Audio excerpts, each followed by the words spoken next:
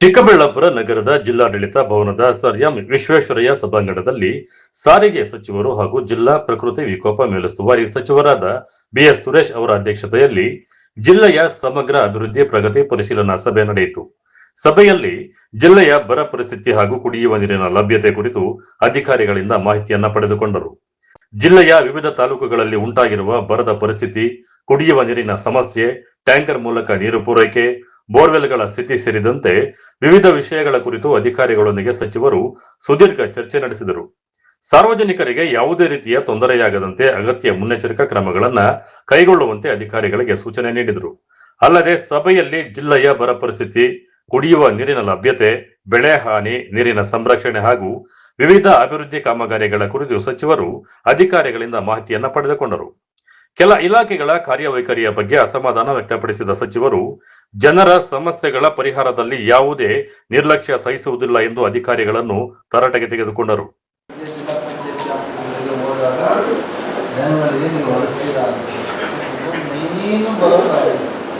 ಕೆಲಸ ಮಾಡ್ತೀರಾ, ಆದ್ರೆ ನಾಳೆ ಬಾ ಒಂದು ನಿಮಿಷಕ್ಕೆ ನೀವು ಯಾವುದೋ ಒಂದು ಪಾನಿ ಏನೋ ಒಂದು ಸಮಸ್ಯೆ ಕರೆಕ್ಷನ್ ಮಾಡಬಹುದು. ಅದನ್ನು ನೀವು 2 ಸರಿ ಹೇಳ್ತೀರಾ. ಒಂದು ದಿವಸ ಅವನ ಮನೆಯಿಂದ ಹೊರಗಡೆ ಬಂದರೆ ಅವನು ಈ ದಿನದ ಜೀವನ ಅವನು ಎಲ್ಲೋ ಈಗ ಗುಂಡ್ಬಳ್ಳೆನೋ ಈ ಕಡೆ ಯಾವ್ದು ಬಾರ್ಡ್ರ್ ಯಾವ್ದಪ್ಪ ಯಾವ್ದು ಚೇಳು ಚೋಳೂರಿಂದ ಏನ್ ಬರ್ತಾನೆ ಅವನು ಬರ್ಲಿಕ್ಕೆ ನಾವು 1 2 ಅವರ್ ಮಾಡಿ ಅವನು ಇಡೀ ದಿನ ಕಳೆದ 5 ನಿಮಿಷದ ಇರ್ತದೆ ಕೆಲಸ. ನೀವು 5 ನಿಮಿಷಕ್ಕೆ ನೆಕ್ಸ್ಟ್ ಡೇ ಬಾ ಅಂತೀವಿ, ನೆಕ್ಸ್ಟ್ ಡೇ ಇನ್ನೊಂದು ಅವನಿಗೆ ಅದು ನೆಕ್ಸ್ಟ್ ಡೇ ಬಾ. ನಾನು ವಿನಯಪೂರ್ವಕವಾಗಿ ನಿಮ್ಗೆಲ್ರಿಗೂ ನಾನು ಇನ್ಸ್ಟಿಸ್ ಮಾಡ್ತಾ ಇದ್ದೀನಿ, ದಯವಿಟ್ಟು ರೈತರನ್ನ ಅವಮಾನಿಸಬೇಡಿ, ಅನುಮಾನಿಸಬೇಡಿ, ಮತ್ತೆ ಅವ್ರಿಗೆ ಅಲಿಸೋ ಕೆಲಸಗಳನ್ನು ಮಾಡಿ. ನನಗೆ ಏನಾದರೂ ಸೂಕ್ತವಾದ ದಾಖಲೆಗಳೊಂದಿಗೆ ಯಾವುದೇ ರೈತ ನಿಮ್ಮ ಮೇಲೆ ಕಂಪ್ಲೇಂಟ್ ಕೊಟ್ಟರೆ ನಾನು ಕೂಡಲೇ ಅಮಾನತ್ ಮಾಡ್ತೀನಿ. I suspend their and least bothered. ನಾನು ಯಾರಿಗೂ ಸಹ ಇಲ್ಲಿ ನಾನು ಕೇರ್ ಮಾಡುವಂಥಲ್ಲ, ಯಾವುದೇ ಇನ್ಫ್ಲೂಯೆನ್ಸ್ಗೂ ಬರೋಲ್ಲ. ಅಧಿಕಾರಿಗಳು ಕೆಲಸಗಳು ಮಾಡೋದ್ರೊಟ್ಟಿಗೆ ರೈತ ಈ ದೇಶದ ಶಕ್ತಿ. ರೆವಿನ್ಯೂ ಡಿಪಾರ್ಟ್ಮೆಂಟ್ಗೆ ಇರುವಂಥದ್ದು, ಜಿಲ್ಲಾ ಪಂಚಾಯತ್ ಇರುವಂಥದ್ದು ರೈತರು ಈ ದೇಶದ ಶಕ್ತಿ. ಈ ದೇಶದಲ್ಲಿ 85% ಹೆಚ್ಚಿನ ಜನ ನಾವು ಅವಲಂಬಿತರಾಗಿರೋದೇ ವ್ಯವಸಾಯದಿಂದ. ಇಂಥ ರೈತರಿಗೆ ನೀವು ಸರಿಯಾಗಿ ಕೆಲಸ ಮಾಡಿಕೊಟ್ಟಿಲ್ಲ ಅಂದರೆ ಲಿಖಿತವಾಗಿ ದೂರುಗಳು ಬಂದ ಜೊತೆಗೆ ನಿಜವಾದ ಸಾಕ್ಷಿಗಳೊಟ್ಟಿಗೆ ನನಗೆ ಬಂದರೆ ನಾನು ನಿಮ್ಗೆ 1ನೇ ಸಭೆಯಲ್ಲಿ ಹೇಳ್ತಾ ಇದ್ದೀನಿ, ನಾನು ಅಂಥ ಅಧಿಕಾರಿಗೆ ಬಿಡೋ ಪ್ರಶ್ನೆ ಇಲ್ಲ. MLA ಹೇಳಿದ್ರು ನಾನು ಹೇಳಲ್ಲ. ನನ್ನ ಪ್ರಕಾರ ಅವರು ನನ್ನ ಪರವಾಗಿ ಇದ್ದಾರೆ ಅಂತ ಅನ್ಸುತ್ತೆ. ಇಂಥ ಅವ್ರಿಗೆ ಜಾಸ್ತಿ ಬಾಧ್ಯತೆ ಇರ್ತದೆ, ಯಾಕಂದರೆ ಅವ್ರ ಕಾನ್ಫಿಡೆನ್ಸ್ ಹೋಗಲ್ವಾ.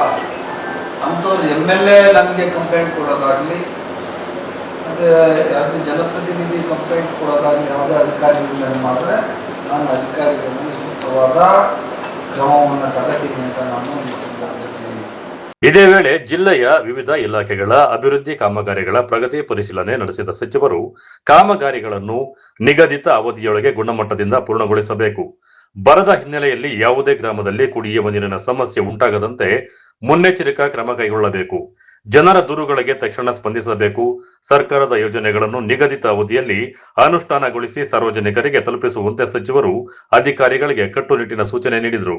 ಜಿಲ್ಲೆಯಲ್ಲಿರುವಂತಹ 8 ತಾಲೂಕುಗಳಲ್ಲಿ ಬರ ಇದೆ, ಮಳೆಯ ಕೊರತೆ ಇದೆ. ಕೆಲವು 4.5% ಮಳೆ ಆಗಿದೆ. ಬಹಳಷ್ಟು ದೊಡ್ಡ ಸಮಸ್ಯೆಯಲ್ಲಿ ಇವತ್ತು ಚಿಕ್ಕಬಳ್ಳಾಪುರ ಜಿಲ್ಲೆ ಇದೆ. ಪ್ರಮುಖವಾಗಿ ಈ ನಮ್ಮ ಜಾನುವಾರುಗಳಿಗೆ ಮೇವಾಗಲಿ ಮತ್ತು ಜನಗಳಿಗೆ ಕುಡಿಯೋ ನೀರಿನ ವ್ಯವಸ್ಥೆ ಆಗಲಿ, ಇದಕ್ಕೆ ಸರ್ಕಾರ ದುಡ್ಡು ಕೊಟ್ಟಿದೆ. 1 ಕೋಟಿ ಒಂದೊಂದು ಕಾನ್ಸ್ಟಿಟ್ಯೂನ್ಸಿ ಕೊಟ್ಟಿದೆ. ದುಡ್ಡಿಗೆ ಯಾವುದೇ ಕೊರತೆ ಇಲ್ಲ. ಸುಮಾರು 1,25,00,000 ರೈತರಿಗೆ ವಿಮೆಯನ್ನು ಸಹ ಮಾಡಿದ್ದೀವಿ.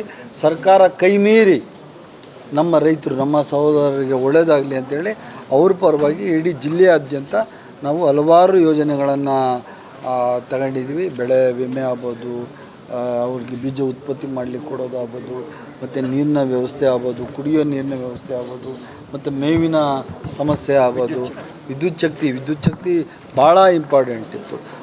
ರಾತ್ರಿ ಸಮಯದಲ್ಲಿ ಸುಮಾರು 3 ಗಂಟೆ, ಬೆಳಕಿನ ಸಮಯದಲ್ಲಿ 4 ಗಂಟೆ, 2 ರಿಂದ 8 ಗಂಟೆಗಳ ಕಾಲ ಅವರ ಪಂಪ್ ಸೆಟ್ಗಳಿಗೆ ನೀರು ಕೊಡಬೇಕು ಅಂತ ಹೇಳಿದ್ವಿ. ಆದ್ದರಿಂದ ಇವತ್ತು ರೈತ ಪರವಾಗಿ ನಮ್ಮ ಸರ್ಕಾರ ಇದೆ.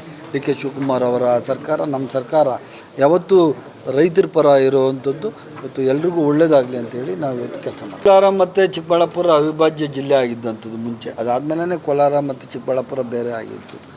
ನಾನು ಯಾವತ್ತೂ ಜಿಲ್ಲೆಯ ಅಭಿವೃದ್ಧಿಗೆ ನಾನು ಕೆಲಸ ಮಾಡ್ತೀನಿ. 3 ವರ್ಷಗಳ ಕಾಲ ನಾನು ಏನು ಕೋಲಾರ ಜಿಲ್ಲೆಯಲ್ಲಿದ್ದೆ, ಸಾವಿರಾರು ಕೋಟಿ ರೂಪಾಯಿಗಳ ಅನುದಾನವನ್ನು ಅಲ್ಲಿ ತಗೊಂಡೋಗಿ ಎಲ್ಲ ಕಾನ್ಸ್ಟಿಟ್ಯೂನ್ಸೀಸ್ಗೆ ಅಲ್ಲಿ ಕೆಲಸ ಮಾಡಿರುವಂಥದ್ದು. ಅದೇ ಕೆಲಸವನ್ನು ನಾನು ಚಿಕ್ಕಬಳ್ಳಾಪುರ ಜಿಲ್ಲೆಗೂ ಸಹ ನಾನು ಕೈ ಮೀರಿ ಕೆಲಸ ಮಾಡಿ ಇಲ್ಲಿನ ಜನಗಳಿಗೆ ಒಳ್ಳೆಯದಾಗಲಿ ಅಂತೇಳಿ ನಮ್ಮ MLAಗಳು ಎಲ್ಲರ ಜೊತೆಗೆ ಸೇರಿ ಕೆಲಸ ಮಾಡಲಿಕ್ಕೆ ಬಯಸ್ತೀನಿ. ಒಟ್ಟಾರೆ ಜಿಲ್ಲೆಯ ಬರ ಪರಿಸ್ಥಿತಿ ಹಾಗೂ ಅಭಿವೃದ್ಧಿ ಕಾಮಗಾರಿಗಳ ಬಗ್ಗೆ ಅಧಿಕಾರಿಗಳೊಂದಿಗೆ ಸಮಗ್ರ ಚರ್ಚೆ ನಡೆಸಿದ ಸಚಿವ BS ಸುರೇಶ್ ಜನಪರ ಆಡಳಿತಕ್ಕೆ ಆದ್ಯತೆ ನೀಡುವಂತೆ ಸೂಚನೆ ನೀಡಿದ್ದು, ನಿರ್ಲಕ್ಷ್ಯ ಸಹಿಸಲಾಗುವುದಿಲ್ಲ ಎಂಬ ಸ್ಪಷ್ಟ ಸಂದೇಶವನ್ನ ಅಧಿಕಾರಿಗಳಿಗೆ ರವಾನಿಸಿದರು. ಕ್ಯಾಮರಾಮನ್ ಪ್ರವೀಣ್ ಜೊತೆ ಕಳವರ ಅರುಣ್, MMT ನ್ಯೂಸ್, ಚಿಕ್ಕಬಳ್ಳಾಪುರ.